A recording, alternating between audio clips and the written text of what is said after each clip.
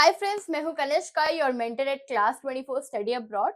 अगर आप 2026 में स्टडी अब्रॉड के लिए प्लान कर रहे हो और न्यूजीलैंड और आयरलैंड के बीच में थोड़ा सा कंफ्यूज हो, तो ये वीडियो आपके लिए परफेक्ट है। आज हम इन दोनों कंट्रीज के education system, cost, top universities, job opportunities, visa policies और परमानेंट रेजिडेंसी के ऑप्शंस के बारे में डिटेल में बात करेंगे।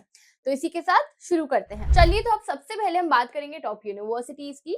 तो न्यूजीलैंड के अंदर university of Auckland QS world ranking 65 पे आती है।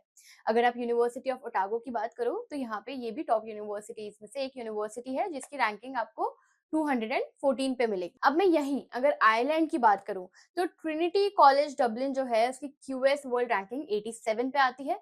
यूनिवर्सिटी कॉलेज डबलिन जो काफी फेमस है उसकी रैंकिंग आती है 126 पे। दोनों ही कंट्रीज की यूनिवर्सिटी इंटरनेशनली रिकॉग्नाइज्ड है और हाई क्वालिटी ऑफ एजुकेशन आपको प्रोवाइड करती है। सेकेंड, हम बात करेंगे ट्यूशन फीस की और लिविंग कॉस्ट की। तो न्यूजीलैंड के अंदर अंडर ग्रेजुएट ट्यूशन फीस जो आपको मिलेगी वो 22,000 न्यूजीलैंड डॉलर्स के अकॉर्डिंग होती है। जो आपका मिनिमम जो एवरेज फीस स्टार्ट होती है वो 22,000 न्यूजीलैंड डॉलर्स के अकॉर्डिंग होती है। अब पीजी के अगर आप जा रहे हो, मास्टर्स के लिए अगर आप जा रहे हो, तो वहां पे आपको 26,000 न्यूजीलैंड डॉलर्स से लेके 37,000 न्यूजीलैंड डॉलर्स पर ईयर आपको पड़ सकता है।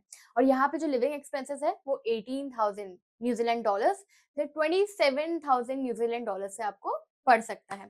अब यही अगर मैं आयरलैंड की बात करूं, अंडर ग्रेजुएशन ट्यूशन फीस की अगर मैं बात करूं आयरलैंड के अंदर, तो 9,000 यूरो से लेके 55,000 यूरोस पर ईयर भी हो सकती है, डिपेंडिंग अपॉन द यूनिवर्सिटी। अगर मैं मास्टर्स की बात करूं तो 10,000 यूरो से लेके 35,000 यूरोस पर ईयर आपको मिलेगा। और लिविंग एक्सपेंसेस जो है वो 1300 यूरोस से लेके 2500 यूरोस पर मंथ हो सकता है, डिपेंड करता है आप कितनी लग्जरी लाइफस्टाइल में जीते हो। अब यहाँ दोनों ही कंट्रीज में ट्यूशन फीस जो है वो लिविंग कॉस्ट भी है, ये वेरी करता है, डिपेंड करता है कौन से कोर्स के लिए आप जा रहे हो, कौन से लोकेशन के हिसाब से आप जा रहे हो। आयरलैंड के अंदर जैसे डबलिन सिटी है, यहाँ पे जो आपको लिविंग कॉस्ट मिलेगा ये थोड़ा ज्यादा हाई हो सकता है। थर्ड, हम बात करते हैं टॉप कोर्सेज के बारे में। अब यहाँ पे दोनों ही कंट्रीज में अलग अलग कोर्सेज पॉपुलर हैं। अगर आप न्यूजीलैंड जाना चाहते हो तो मैं रिकमेंड करूंगी कि आप environmental science, agriculture, biology, sports और exercise science, film and media studies के लिए जाओ। अब अगर आप आयरलैंड जा रहे हो तो वो काफी बड़ा आईटी हब भी है। अब यहाँ पे बिजनेस मैनेजमेंट के लिए आप जा सकते हो, काफी बड़ी टॉप कंपनीज आपको यहाँ पे मिलती है। कंप्यूटर साइंस के लिए जा सकते हो, बायोटेक्नोलॉजी के लिए जा सकते हो, फार्मेसी पढ़ने जा सकते हो, इंजीनियरिंग के लिए जा सकते हो, या लिटरेचर और क्रिएटिव राइटिंग में अगर आपको थोड़ा इंटरेस्ट है तो आप वो भी फील्ड चूज कर सकते हो, अनलेस एंड अनटिल आपको टॉप यूनिवर्सिटी में एडमिशन मिलता है। अब दोनों ही कंट्रीज में इन फील्ड्स के अंदर काफी ज्यादा हाई क्वालिटी ऑफ एजुकेशन आपको मिलती है और जो आपकी रिसर्च अपॉर्चुनिटीज है वो काफी ज्यादा यहाँ पे अवेलेबल है। अब यहाँ पे हम बात करेंगे पोस्ट स्टडी वर्क अपॉर्चुनिटीज के बारे में। अब ये जो है ये काफी इंपॉर्टेंट फैक्टर है, काफी बच्चों का डिसीजन इस पर बनता है जब वो अपनी कंट्री चूज करते हैं। तो अब post study work visa duration यहाँ पे न्यूजीलैंड में आपको 3 साल का मिलता है, डिपेंड करता है कौन सी क्वालिफिकेशन के लिए जा रहे हो। अब यहाँ पे आप फुल टाइम काम भी कर सकते हो जब आपका कोर्स कंप्लीट हो जाएगा।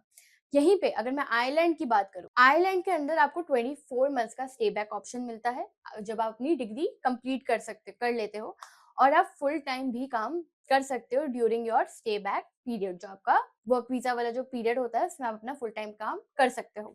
अब दोनों ही कंट्रीज के अंदर आपको पीजीडब्ल्यू मिलता है, पर आयरलैंड के अंदर 24 मंथ का ही स्टे बैक है। अब हम बात करेंगे परमानेंट रेजिडेंसी के बारे में, जो पीआर के लिए जाते हैं लोग, जिनको जब सेटल होना होता है। तो न्यूजीलैंड के अंदर पीआर पाथवे जो होता है वो स्किल्ड माइग्रेंट कैटेगरी के लिए ही होता है। यहाँ पे जो आपकी एलिजिबिलिटी है वो डिपेंड करता है कि आपके कितने पॉइंट्स सिस्टम में आए हैं।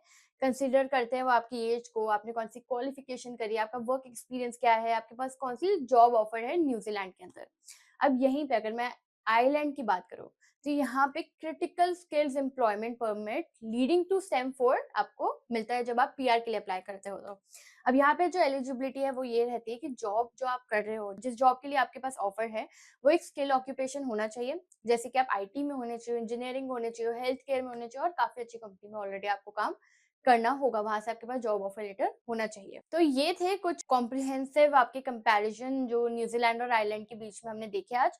अगर आपको किसी भी टॉपिक पे डिटेल गाइडेंस चाहिए, आप दोनों में से किसी कंट्री में अप्लाई करने का सोच रहे हो या कन्फ्यूज़्ड हो अभी भी, कुछ और डाउट्स है या आप चाहते हो कि मैं किसी और 2 कंट्रीज़ के ऊपर मैं कंपैरिजन वीडियो बनाऊँ कि न्यूज़ीलैंड में आपको क्या कॉस्ट पड़ सकता है, आयरलैंड में क्या रह सकता है, या आप चाहते हो कि मैं प्रोस एंड कॉन्स पे दोनों कंट्री को डिफरेंशिएट करते हुए एक वीडियो बनाऊँ, या आपको डिटेल इन्फॉर्मेशन चाहिए, तो आप मुझे वो कमेंट सेक्शन में बता सकते हो।